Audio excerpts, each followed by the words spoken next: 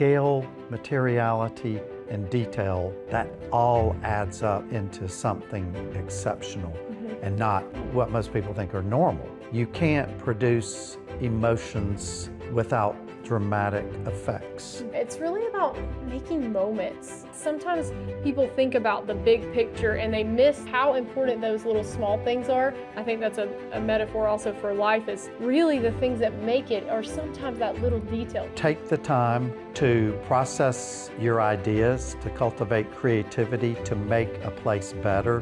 Don't accept convention very readily. Question what makes this a great place that we want to be in, and then design and build. Welcome to the Grit Blueprint Podcast. I'm your host, Stephanie Couch. This is the spot where leaders talk about the stories, strategies, and systems that win in the building industry. We unpack how leaders and brands build their reputations and become unmistakable. Welcome to the Grit Blueprint Podcast. I'm your host, Stephanie Couch, and today I'm coming to you live from the Lew Oliver beautiful setting here in Clarksville, Georgia, which is my hometown area. Lew Oliver, welcome to the show. Thank you. Glad to be here. Well, everyone gets an intro, and you have quite the intro, so I'm going to tell everyone a little bit about you. Lew Oliver is a Georgia-based urbanist, master planner, and designer who has spent decades doing something that most people would never attempt. He doesn't just build and design beautiful homes, he actually designs towns and communities. From Trilith to Serenbe to Rosemary Beach, his fingerprints are on some of the most celebrated communities in the whole country. He's also worked in over 40 charrettes across 4 continents, quite the traveler, and has helped with the first expansion of Edinburgh since 1805, so yes, really changing history here. You're currently bringing vision to my hometown area of Northeast Georgia, which I believe is the most beautiful place in the world, but I'm maybe a little biased. And we just went and walked one of the communities that you're working on, which we're going to show in Behind the Build, called Burton. So I'm excited to have this conversation today. You live in Saltine-Nacoochee, which is where I lived for 25 years, and you are currently in your office here in Clarksville, Georgia, where my dad had his lumberyard. So a lot in common, and we both have a heart for this area of the world, and excited to really expand and grow this area of the world into such a beautiful place. And my team and I had a privilege of working with you on a new project with Magbee Contractors Supply, your Millwork collection, and we also are helping you on a modular collection that you're working on. So you've got so much stuff going on. Do you ever sleep? Well, I sleep in bits and pieces, and I mostly obsess. I'm a creative, so my thoughts jump all around, and I'm a little bit of a moody person, but that goes with the terrain, being a creative. Yeah, well, I love that. Well, welcome to the show. Thank you for joining me. I want to dive right in. I want to talk a little bit about Burton, because we just went up and walked it. I've been there a few times throughout the last year and a half since you've been working on it, and it's really coming together beautifully. You just finished the community house. Tell me a little bit about when you first walked that land, because you told me today, I didn't realize that was 10 years ago when you procured that. So what was the moment that you knew when you walked that it was a special place, and what was your vision for it 10 years ago when you got it? Well, 10 years ago, it was a family farm, the Kastner family, who has owned this land for about 100 years.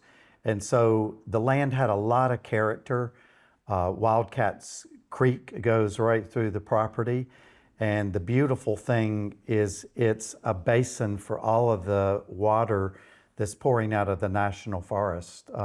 Even up on Tray Mountain, it comes into Wildcat Creek and it feeds Lake Burton. Mm-hmm. Also, the air is incredibly clean and very crisp. It's purified by the forest, all the trees and the leaves. And so my first impression of the site was that it had a pristine, very healthy quality to it.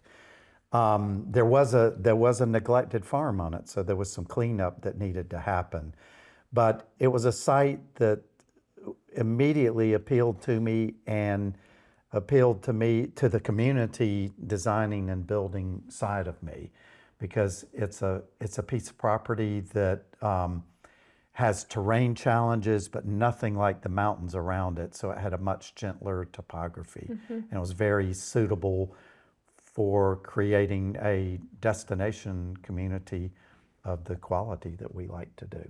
Yeah, this area is really a hub for people, in several cities, Atlanta, Asheville, Charlotte, Greenville. There's a lot of places close to here that could come retreat on the weekends with only a few hours drive. I know a lot of people from Atlanta love to come here in summer. It's a special place. The start of the Appalachian Trail is right in the backyard. The start of the Chattahoochee headwaters of the river is here in this area. So it's a really beautiful place. And one of the things that you work on is you taught me a little bit about vernacular, which I did not know what that word meant before I started speaking with you last year, but really about owning something that would feel like it should be there. You're accentuating the beautiful landscape and making a home that feels like it could have been there all along in the way that you do. What are your thoughts about that? How do you design in vernacular, and what really does that mean to you? Well, vernacular is not a style. We could easily say everything here is going to be Greek Revival, it's going to be Victorian or Gothic, Carpenter Gothic. Those are really, they're more or less applied styles, and they were brought in to this area in the 19th century. Vernacular is a word that's a lot deeper. It is a word that means architecture that is derived from a culture as a response to the climate and the availability of materials and building tradition. And it implies a certain efficiency and practicality in construction. And so the early settlers of this area were mostly English, Irish, Scottish immigrants. They brought with them skills from the old world, and they had a certain way of building. They were very practical people. They were not moneyed people. They came here for opportunity, and because of the land and the productivity of the land. And so the name of the game was to establish yourself, build a house as easily as possible that would withstand the elements. And so simple buildings were constructed that were gable forms. The gables were easy to build. Usually lumber was not so heavy that two people couldn't lift a beam. There were external fireplaces to the building, as opposed to New England, which had internal fireplaces. The external enabled you to cook in the house and keep warm, but at the same time, it dissipated the heat during the summer. And if it was a central chimney, it would retain the heat. We have these magnificent porches in this area, which are typical of the South. The porches provided outdoor living space and working environments, and they also sheltered the building envelope from the brutal summer sun. And so all of that speaks to vernacular building tradition. We have an abundance of wood here and stone that you can pick up, and so it's no wonder that most of the buildings are frame building with simple pine and poplar and hemlock finishes, and foundations and chimneys are just made out of field stone that they gathered from the site. Well, we love the idea of building a beautiful home, but you actually have really branched off into community and town building. And we've talked a lot about the importance of community, especially today in the world. We're all so busy. I think we're very disconnected from each other. And I believe, especially with technology and some of the things that are happening in our world, relationships and that connection between humans is going to become only more important.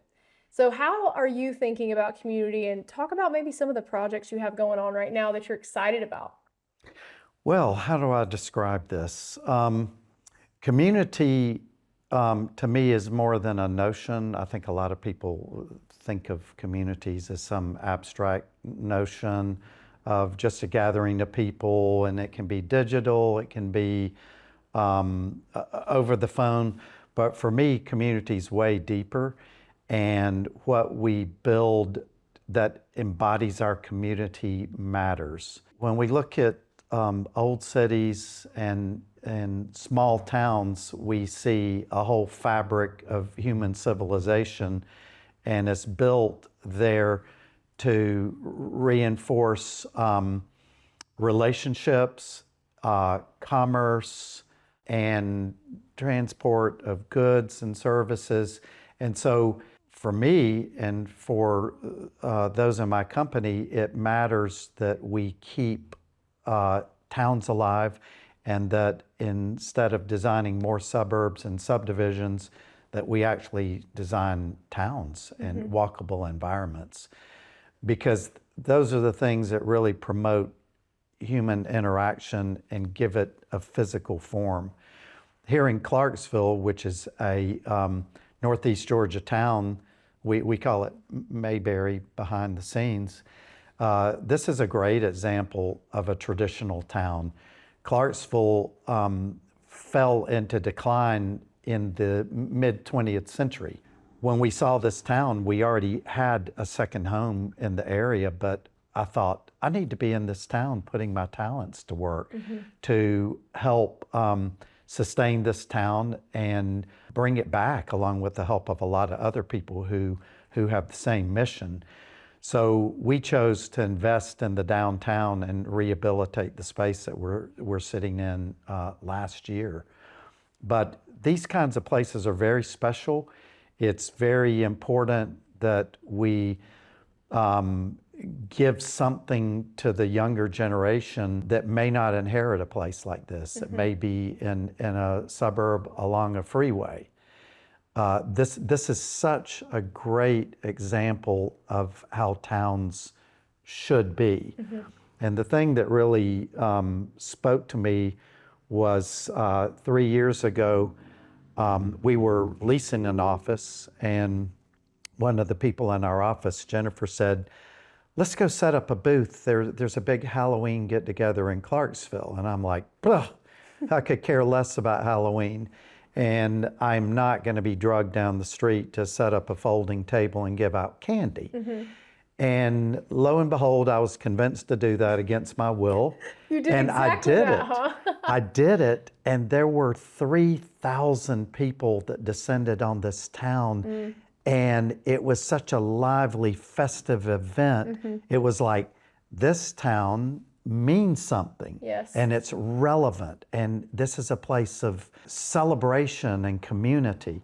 And so it really, to me, is the thing that I want to invest my time and energy into. I agree. I love it here. And it's so special. You know, both of us, I haven't been on 4 continents, Lew, so you got me beat by several continents, but you've worked in 4 continents. You've done a lot of things all over the world. You could live anywhere. I'm assuming you could choose to live anywhere.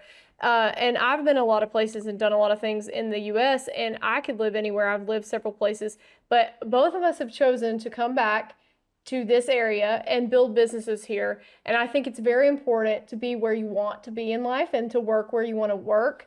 And we talked about it. It is a hub. There's a lot of places nearby that we could come get people to come here, but we're building a studio in Clayton right now. Same thing. We want to be there, and that's where I want to live and where I want to work. Ben's the same way. So it's something special about being able to do that and help the place that you love the most thrive. And I'm so excited to see what you continue to do here in Clarksville. And like I said, I obviously love this area because I have ties here. This is where my dad's lumberyard is. So it's so cool to see you doing this. And there's a lot going on out. It's a bustling street right in front of us.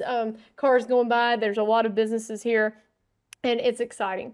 Well, I want to talk just a little bit more about the architecture piece of it. You have a background in all this design stuff, but you actually have something that you say, architecture should be a blessing on the landscape, not a blight. Yes. So walk me through that. And what are your thoughts on that? How do you make sure that comes true, that it's not a blight on the landscape? Well, I think too often we drive around to different places, and especially through suburbs in a place like Atlanta or Houston or Charlotte. And most people think of progress as a very negative thing.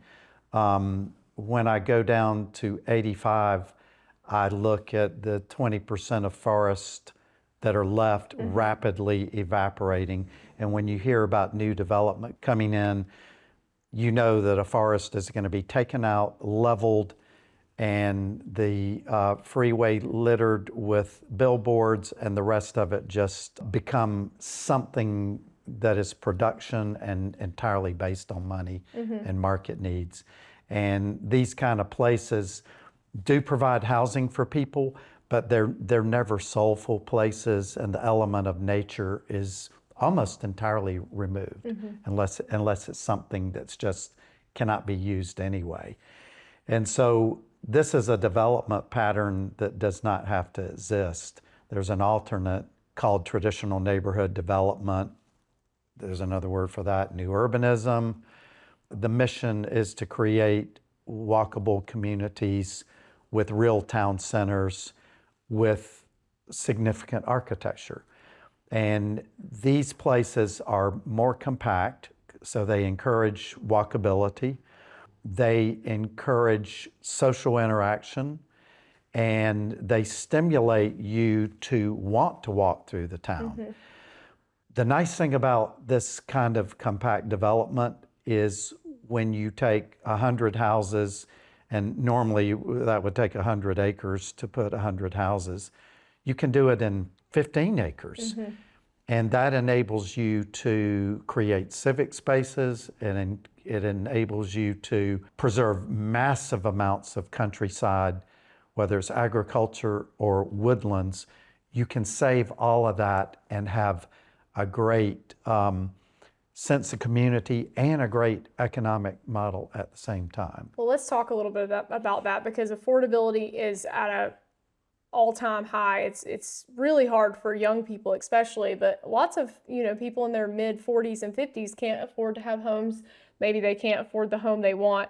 One of the things that we've worked on together that I'm so excited to see come to fruition is your mod collection. So you have designed some beautiful homes that are modular homes, but not what you think of when you think of modular homes.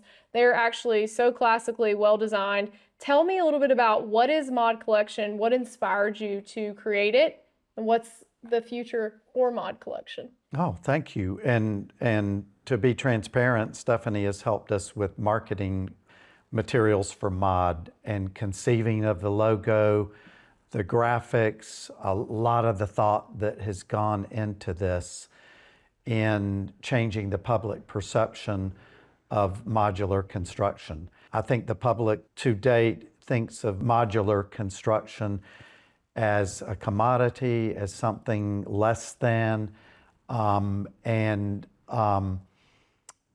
Stephanie's group has helped us reconceive of that notion that mod, the name of this is Lew Oliver Mod, short for modular, can be thought of as superior construction and with really high quality, elegant finishes, solid construction, and mod will be something that we can use to populate our walkable neighborhood plans.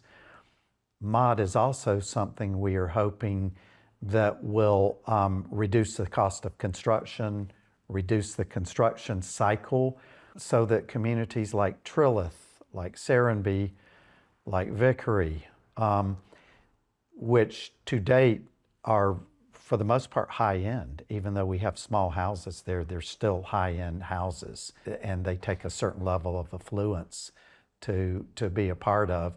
Mod is something that we're hoping will make desirable neighborhoods much more attainable for people like school teachers, which to date have been priced out of these kind of places. This is a huge challenge, and for me, it's the thing I'm most passionate about. Do I love doing custom houses? Yes. Do I love expensive finishes? Yes. But what drives me to continue in my career is to make excellent places that are more attainable, environmentally friendly, and incredibly stylish. I want those places to be attainable to most people. I love that. One of the things that you mentioned is construction. It's not just about affordability on the end user, it's about being able to build in a way that you can scale. we have less labor in the construction market than we've ever had, more needed labor. I think this year in 2026, over 400,000 people in the construction industry just to, actually do what they think they're going to do this year are needed. And we don't have those people.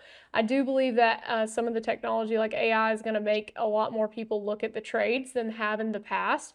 But in certain places like where we're building, there may not be people to come build these homes. So if you build them off-site and you build modular, it actually allows people to build more homes in certain areas where maybe there aren't construction trades that could actually do that. So how does that work when you think about what that looks like on site? What are some of the advantages for modular construction that maybe some people might not be thinking about? Well, I think modular is I do believe it is the future, and it's the future now in some places, and some places it's yet to emerge. I think areas that have an abundance of labor and skilled labor, mod will not take root there yet. But I think some of the areas that are challenged with constricted labor, and especially skilled labor, mod is going to take off. The very factory process is going to make the whole system more efficient. We can design and we can execute these building volumes in a factory much more efficiently, faster, less waste, with much better working conditions under roof all year long, and much more consistency. All of this is going to add up to efficiency and desirability. And when we pair that with reduced cost and reduced construction cycle, the evolution of modular is going to really start to accelerate. Yes, I can't wait to see it. And these collections actually are modular because you have plans that can be mixed and matched. So if something is a one story, a lot of them you can stack a second story on, even a third story. Yes. You can add something to the side there. So it's modular in the construction method, but they're also modular in the floor plan method, which is really clever. And I love what you've drawn. So can't wait for that to hit the market. Another thing that you've sketched from your beautiful mind is a millwork collection. So you told me that you got tired of speccing things that you couldn't find, that you dreamed up something that could be done for a certain type of home, and then you couldn't find the millwork that went with it. So talk to me a little bit about the Lew Oliver Millwork Collection. You're doing that in partnership with Magbee Contractors Supply, who's actually making those come to life. Yes. What are you doing there? What type of moldings are you offering? And what do you want people to know about the collection? Well, to me, millwork is incredibly important because it provides the rich detailing that both the exterior buildings and interiors need. And we're coming out of a 20-year drought of millwork, beginning, I guess, probably around the turn of the millennium. There were certain looks in the market, and most of it was labeled minimalism. And these spare looks became fashionable, and then they just became repeated and repeated and repeated. And your experience of going into a new home was seeing 1x4 trim on baseboards and casings. White walls. Gray walls. White Even walls, worse. black granite. Yes, gray and white, more of that. And buildings became generic, and the interiors essentially killed. And I knew I wanted to do moldings in rooms. And as I've been doing for years, I would pick up catalogs and I go, well, here's a 3-inch crown, a 4-inch crown. Here's a one-piece base. Here's a 1x6 with a 163 base cap. And none of it was good. None of it had any passion or soul. And the people that were on the planet prior to the year 2000, you know that they're going to look at this standard molding and think, this is boring. There's no soul here at all.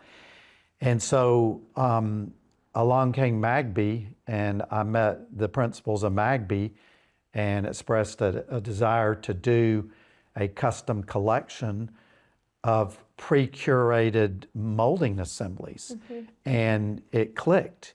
And I ended up partnering with Magbee to produce a line of moldings called the Lew Oliver Collection.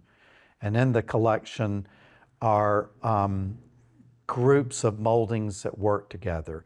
Some are Regency and Hollywood Regency inspired, some are Greek Revival, some have more of a French line to them, but they're all pre-curated to work together and to be bold and gutsy. Yes, and you have doors that go with it as well. Yes. One of my favorite categories is interior doors that have some flair to them. Again, you see the same simple things over and over in every home you walk. You've drawn some beautiful, my favorite are the Hollywood Regency. Surprise, Lou. A little glam never hurt anyone, I believe. But you said something to me earlier today that really struck me, so I want to hit on this because it could also be my personal motto, anything but normal. That's what you said. And tell me what you think about when you say that. What does that mean to you? It means that when it goes from big to small. I mean, when you're walking through a town like Charleston, the streets are incredibly narrow and the architecture is excellent, and there's a lack of normalcy there because the experience is so dramatic and so exhilarating because of the scale and the level of detail. So you can take that from an urban realm and then break it down to like an individual building. If you have a small building in downtown Clarksville, you want to make the most of that. Yes. So you can take a 18-foot facade and do pilasters and beautiful sash windows and a custom door and have something that looks like $1 million. Moldings, well, scale, materiality, and detail, and moldings come under the detail part. That all adds up into something exceptional and not what most people think are normal. Rooms. When you go in a room, you either need a big, exhilarating experience or you need a small, cozy experience. You also have transitional experiences, but all of those are based on a sequence of spaces and they produce an experience. You can't produce emotions without dramatic effects called scale, materiality, and detailing. Yeah, it's really about making moments that they feel special in each moment. And so like we're in your office right now, the front door is a moment, this fireplace area is a moment, and you've got a little area here, you know, with seating, and you have different moments that you walk through. And I think that sometimes people think about the big picture and they miss how important those little small things are. I think that's a metaphor also for life, is really the things that make it are sometimes that little detail, like on an outfit, or it's the jewelry that you put on or whatever it is. And I think home design is the same. That's why I love Millwork so much, because it is a way to have that bold moment with just a little addition that doesn't scream at you, but it's definitely there. And I think it's important. But again, we did lose that in the gray and white era of 2000 through 2018, and it's now hopefully coming back to something that's a little bit more refined. Well, I agree with everything you've said, and the details do make the difference. When we were renovating this space last year, Austin Treadwell masterfully did that. This space, when we gutted it, was a bunch of crumbling walls and kind of a slapped together ceiling. Yeah. Even being a designer, it amazed me, the transformation, because it just reinforced what I believed and I thought would be the case. So the building shell, which was really, it was a mess. We actually didn't clean it up very much. We left it, and you can see pieces of it in the corner, and you can see this still dilapidated ceiling. But what we did is we paired that with some refined elements like the pilaster capitals and the casings. Then we gave it all a cream whitewash finish. Yeah. And what happens is the level of detailing contrast with the rustic qualities, and they play off each other, and they create electricity together. Yes. So they're almost two opposite principles. And that's what I love about spaces like this. They become magical just overnight. Speaking of electricity together, I love that phrasing. You and your team work together super well. Liz Treadwell, you mentioned Austin Treadwell, who was the builder here. Even something that may seem simple, like the color of this creamy white on the walls, it was not simple. It was extremely intentional, very thought out, and I know Liz probably had a great hand in that. Tell me a little bit about, you have other members on your team. How important is that when you're working with people, and I know you work with a lot of trades, a lot of designers, and your internal team. How important is that team to you? Because I know Lew Oliver is Lew Oliver, and you're a beautiful part of that story, but there's so much more to it. So tell me a little bit about your team. Well, our team functions really well. Everyone knows what they're supposed to be doing without really having it scripted out. We're actually mostly one big family. We have one architect on staff who's not family, but mostly it's family. And so we know each other really well, and we know each other enough to know what our talent pools are. Yeah. Half of our family works here. Either in writing proposals, in doing accounting, in doing marketing, color and finish palettes, architecture, design, and construction. So we all function together. We know what each other does very well. Do we have conflict? Of course we do. It's a symphony of discord most of the time. And being a family, we know how to firewall that from family events outside of work. Yeah. So we know that as well. So it's both a blessing and it's happy, but it is not a perfect world. Well, and nothing ever is. I grew up in a family business, and now currently I'm married to my husband, who also is my business partner, and then, working together and traveling together. And it's interesting how you have to separate that personal from the professional. But I think you guys do a great job, and I love watching your team work. So it's been fun over the last year being a part of that as well. Well, I want to ask you one last question, and then we're going to go to the lightning round. Are you excited about the lightning round? Yeah, sure. Yes, we could do that, Stephanie. Okay. The last question is, you've done projects like Serenbe, Trilith, Burton. You're creating communities that people love. They don't want to leave. They want to live there. What is one thing that you think a lot of developers get wrong when they try to build community, and what would it take for them to actually get it right? Woo. Well, a lot of developers, I would say 5% of developers are concerned with doing walkable communities. We're trying to change that by illustrating that they can be more profitable doing the right thing, Yes. the right thing according to us. And we do think it's more profitable doing walkable communities because they're a lot more resource efficient in every respect. I would say take the time to process your ideas, to cultivate creativity, to make a place better. Don't accept convention very readily, because convention has largely led to the world that we see today, which is not very good. It's not as good as it was 100 years ago.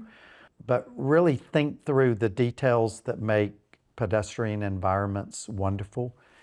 Of course, travel, record, walk across the street and pace how wide the lanes are, pace how wide sidewalks are, photograph, look at detailing, question what makes this a great place that we want to be in, and then design and build. But don't just start building based on an engineered set of plans that really isn't about people and it's not about experience. Love that answer. All right, first lightning round question. What's the best book you've ever read, whether it's design related or not? What's a book you love? I love Christopher Alexander's A Pattern Language. My sister gave me that book. I did not even know who Christopher Alexander was. Anne Marie gave me that for a Christmas present one year. Christopher Alexander wrote an entire Bible on walkable cities and how to make them and observations. And I was already on to new urbanism, but this just reinforced a lot of things that were becoming clear to me and made me think about the things that I should be thinking about. Okay. For instance, the idea that children should be able to live in a neighborhood and walk into the town safely without interfering with cars. That very notion struck me as being so truthful.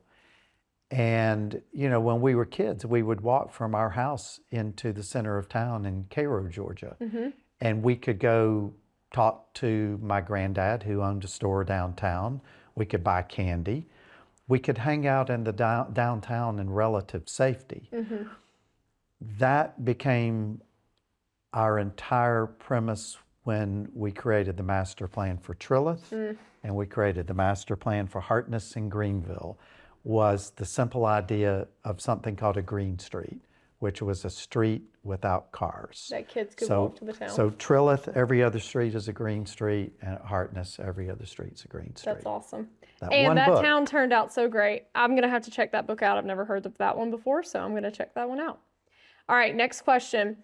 What is something about you that people would be surprised to know? Doesn't have to have anything to do with design. What's a fun Lew fact? Oh, a fun Lew fact was Lew was a skinny little guy from South Georgia who became a preacher's kid and was a total misfit in society. At least that's the way I saw it. And I tried desperately to be popular. Achieved it some, but I went on to really do something I thought I'd never be doing, which is planning towns and cities. And I'm very proud of that at this point. Well, look at you now. Now you're very popular, world renowned for what you do. So who showed who, you know? Yes. All us weird kids just doing it every day. All right. If you weren't doing this every day, what would you be doing? I would be outdoors, gardening and hiking and building things. And just be outdoors all the time. You live in a beautiful place to do it. All right, last question. Fill in the blank. Grit is blank. What does grit mean to you? Grit is creative and energetic marketing that brings to the surface clarity and purpose. I love that. Thank you so much. Well, thank you for sitting down with me today. Thank you, Stephanie. I love collaborating with you. I always feel fired up when I leave. It's like being around other creative people. It just does something to another creative person that you can't really mimic in the regular world, we'll call it. So thank you so much, and I'm excited to collaborate together. Thank you for joining us on this episode of The Grit Blueprint, and we will see you next time. Thank you for listening to the Grit Blueprint podcast. If this episode helped you think a little differently about how to show up, share it with someone in your building world who needs it. If you're ready to turn visibility into growth, then head to gritblueprint.com to learn more and book a call to talk to us about your growth strategy. Until next time, stay unmistakable.